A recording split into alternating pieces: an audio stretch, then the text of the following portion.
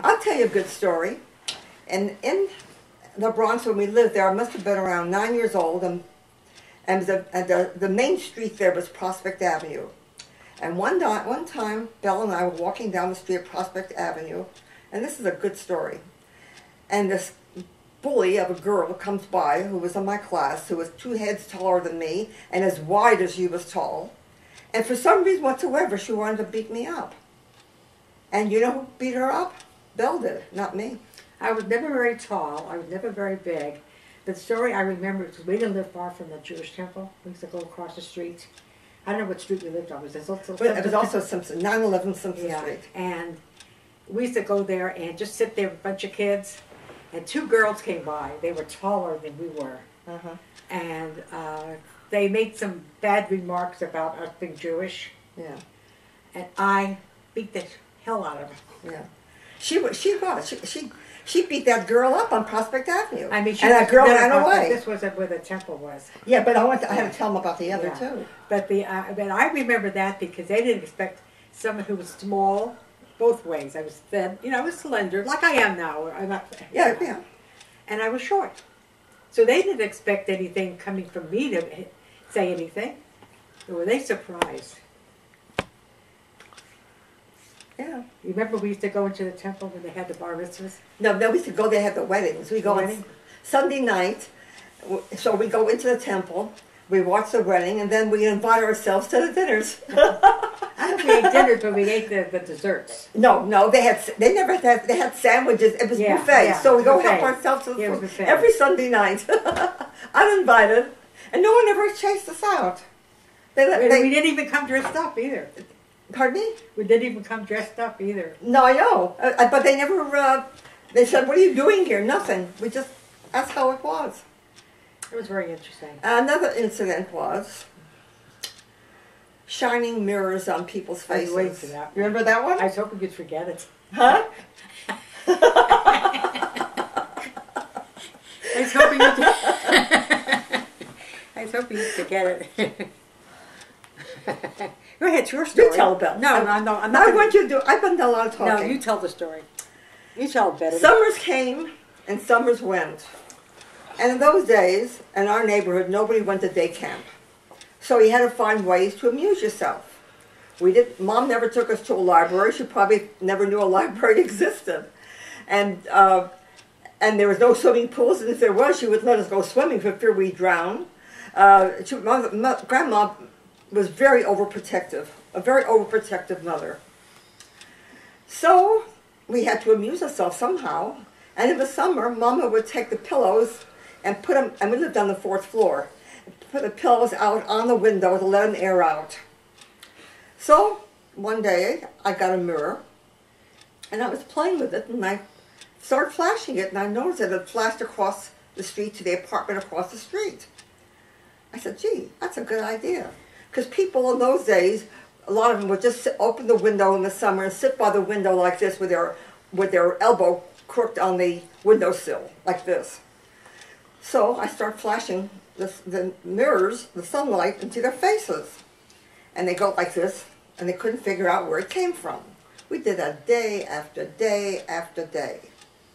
Well, one day the doorbell rang. That was the one without the 2 doors. Huh? That was the one without the 2 doors. Yeah, that's right. One day the doorbell rang. And someone's standing by the door, and Mama answers the door, and he says, you have children here? I said, yeah, I have 2 little children. One of them is very annoying, and I thought you should know what your child is doing. Mom said, what's my child doing? Because she was totally unaware of what we were doing. And he told her what we were doing, about the flashing sunlight in their faces, and it was very annoying to them. My mother was embarrassed, apologized profusely, and when the door shut, Mom had her favorite way of taking a kitchen towel and winding it up like this and using it like this, but she couldn't catch us because in those days people would put covers over their furniture to protect it from the heat. So Belle and I hid under the dining room table, and it was all sheltered by this cover. She couldn't get to us. By the time she did get to us. She had lost her desire to beat us up, so we came out and everything was okay. So we never used the mirrors again. I remember we used to go to the show, because I was very little. We were the 12th one in the line, a whole long line. I went with you, Sylvia, and she always say, "Go forward, go forward." So finally, I was the first one in line. I grabbed you, and we got into the theater. Another thing I did, which is not very nice, but I did it. My father loved sweet corn, and in the summer, Mom used to buy a lot of corn. And those days, peddlers would drive down the street selling watermelon. They have an open truck loaded with watermelon. And they'd yell, "Watermelon, watermelon." Then people would come out from the apartments, and he'd stop, and they'd buy a watermelon. So I said, gee, I wonder if I took an ear of corn that was eaten, just the corn cob itself. I wonder if I could hit him on the head. If I just aimed to see if I could hit him on the head.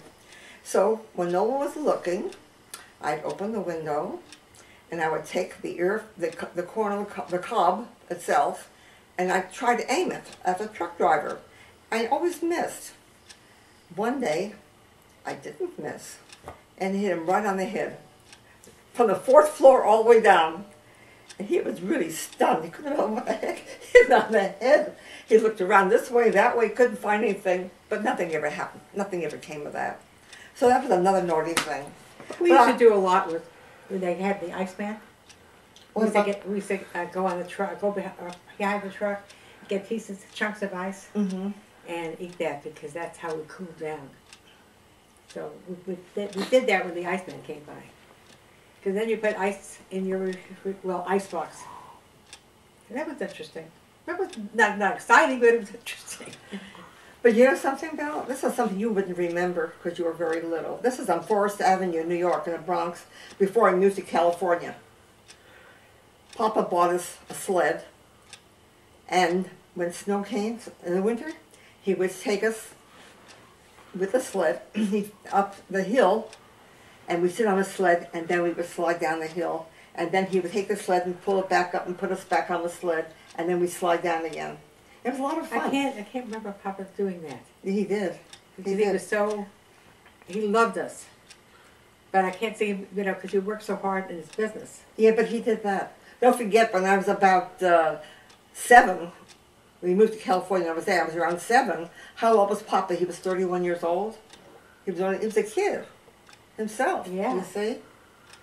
He had the energy then. He didn't have the energy when he was 50 or 60. But at 31, you still have energy. Oh, so he did that.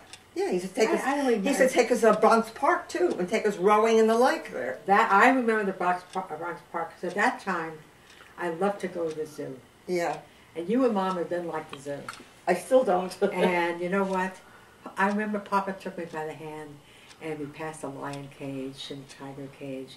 And to this day, I've always loved animals, and I always remember that Papa took me by the hand so we can go past the zoo. You might have had his other hand, I don't know, but I remember that. It was, it was part of growing up, I guess. Well, you always loved animals. An incident on 911 Simpson Street, you brought home a little kitten one night. Yeah. And you hid it because you didn't want Papa to see it, but they found it.